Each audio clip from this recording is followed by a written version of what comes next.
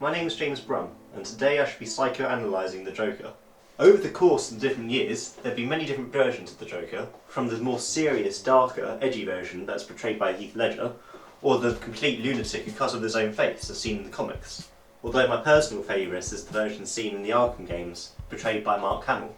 However, to make the video more concise, I should talk about the Joker as a composite character, i.e. a combination of all the different versions of the Joker merged into one.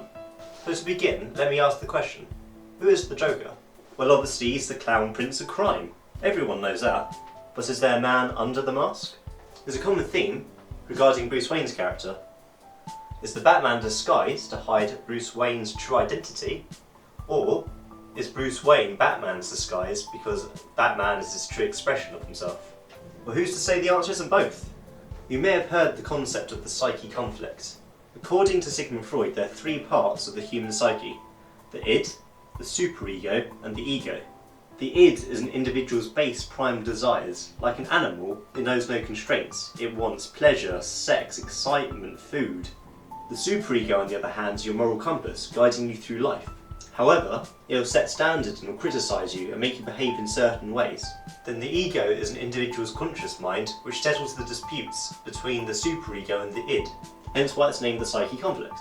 Sigmund Freud also spoke about how some people have trouble balancing between the superego and the id, and therefore their ego can't handle it and will cause certain personality disorders. For example, Sigmund Freud said that obsessive-compulsive disorder, or OCD, was caused by the superego having too much control over the ego and the id.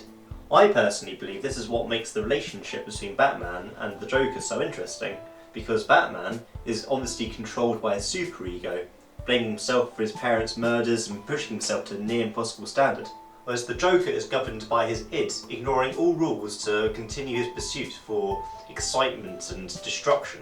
When Bruce Wayne puts on the Batsuit, he lets his superego take control, whereas the Joker, since his skin became bleached, he let his id take control.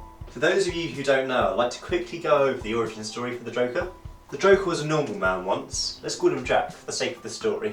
Jack one day unfortunately got fired from his job, so he tried to become a stand-up comedian, but he failed at doing that as well. But he needed a source of income because he had a pregnant wife at home.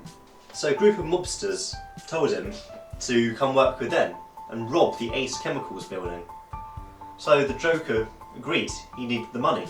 However, the robbery wasn't successful, as Batman went in to save the day. The Joker, scared for his life, fell into a vat of chemicals, bleaching his skin and dyeing his hair green. By the time the Joker got out, he went home to discover that his pregnant wife had been killed, thus leading to the creation of the Joker. Borderline personality disorder is a mood disorder characterised by mood swings, impulsivity, chaotic relationships, and extreme black and white thinking. Borderlines are known to act one way, and then in a sudden moment flip and completely act the opposite. This can easily be seen with the Joker. One minute he's torturing Robin, the next he's threatening the city with a bomb, only for the police to discover it was filled with marzipan and kittens. What makes borderline personality disorder even more interesting is that those who have it often say they have multiple identities and faces or masks. From this we can split the Joker's personality down to three masks. His first mask is the side that he wants everyone to see. It's the clown prince of crime, the unpredictable psychopathic prankster. The second mask, worn underneath his first mask, is a cold, calculating narcissist who plots very carefully everything he's going to do. While he often says he's a man without a plan, how unpredictable he is, deep down he orchestrates everything. He organises every little detail to make everything seem perfectly chaotic. Kind of ironic in a way. Underneath his second mask, however, is his third mask, the deepest mask of them all. And that mask is the man he was before, Jack. Jack is a broken, sad man, traumatised by the death of his wife and his loss of identity thanks to him falling in the vats. Unable to cope with what happened, he assumed a new identity known as the Joker. As the Joker, he could realise his dream of becoming a stand-up comedian. He could carry out his revenge against the people of Gotham who he blamed for the death of his wife. And he could break the mind of Batman, who is the man who broke his own mind. Finally, I'd like to break the Joker down functionally. Most people regard him as an ENTP, because he seems all spontaneous and full of ideas and wacky and jumping from place to place. However, I have another theory, that he's an ESTP, and allow me to explain why. ESTP's dominant function is extroverted sensing, which is characterised by living in the moment and seeking out new adrenaline-filled experiences. The Joker is seen continuously just living in the present, doing whatever he can do to cause chaos. The Joker is spontaneous, but not because he wants to express his ideas like an ENTP would, but rather he just wants to rip a hole and tear society apart, which is much more of a in-the-moment extroverted sensor thing to do. The ESTP's second function, like the ENTP, is introverted thinking.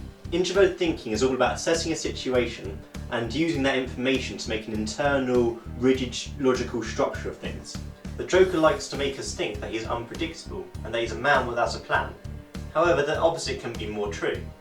He is always there analysing the situation at any given time, and he uses that information to always make his next decision.